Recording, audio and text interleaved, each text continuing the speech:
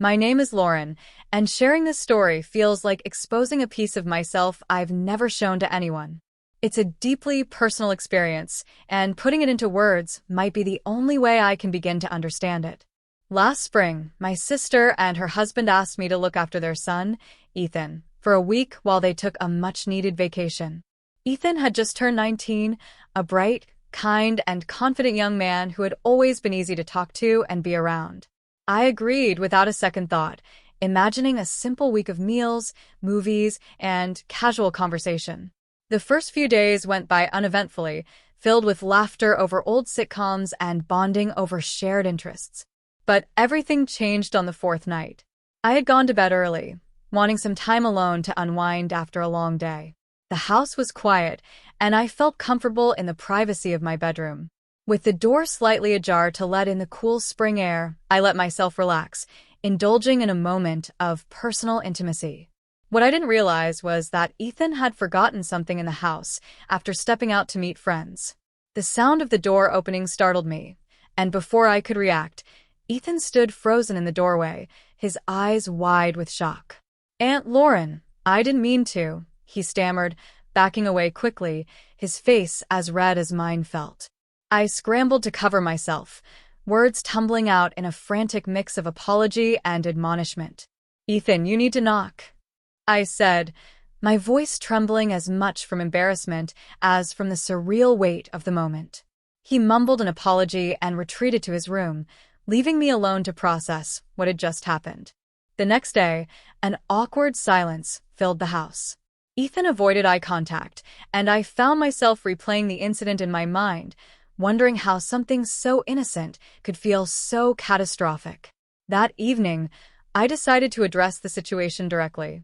Over dinner, I said, "About last night, Ethan, let's just agree it was a mistake, and we don't need to talk about it again."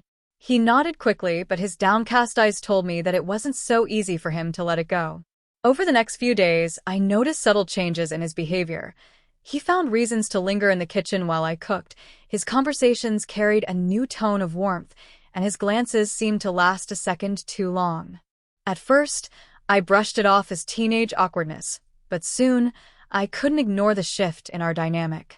One evening, as I folded laundry in the living room, Ethan sat beside me, his voice soft but resolute. "Aunt Lauren, I need to tell you something." I turned to him, unsure of what to expect.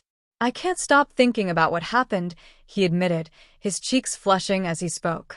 "It's not just that moment. I feel different when I'm around you, like I can be completely myself." His confession hit me like a tidal wave, leaving me breathless and unsure how to respond. "Ethan, your family," I said gently but firmly. "Whatever you're feeling, it's not something we can act on." He nodded, but the look in his eyes told me he wasn't ready to let go. The days that followed were a confusing blur of emotions. I found myself questioning the boundaries of our relationship, haunted by a sense of guilt for even entertaining the thought of his words. My marriage had been strained for years. My husband, Mark, was distant, his attention swallowed by work and his endless business trips. The void I felt with him seemed to magnify the connection I had with Ethan, making it harder to separate logic from emotion. One evening, Ethan asked if he could come over to talk. I hesitated but ultimately agreed, hoping to put an end to whatever he was holding on to. When he arrived, his expression was serious, and his words were measured. "Aunt Lauren, I know this isn't easy for you, but I can't pretend I don't care. You're the one person who makes me feel understood." His honesty was both disarming and troubling. "Ethan, this isn't about what we want," I said, my voice steady despite the storm brewing inside me. "It's about what's right." He nodded, his eyes glistening with a mix of sadness and acceptance. "I just needed you to know," he said softly before leaving. That night, I resolved to focus on fixing my marriage. Mark and I planned a weekend getaway to reconnect, but the distance between us felt like an unbridgeable chasm. Every conversation felt forced, every shared moment a painful reminder of what we had lost.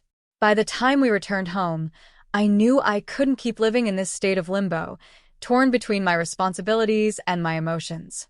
Over time, Ethan and I found a way to maintain our bond without crossing the boundaries we had set. It wasn't easy, but it was necessary. Our connection remained, tempered by a mutual understanding of what could never be. And though the memories of that week linger, they serve as a reminder of the delicate balance between love, trust, and the choices that define us.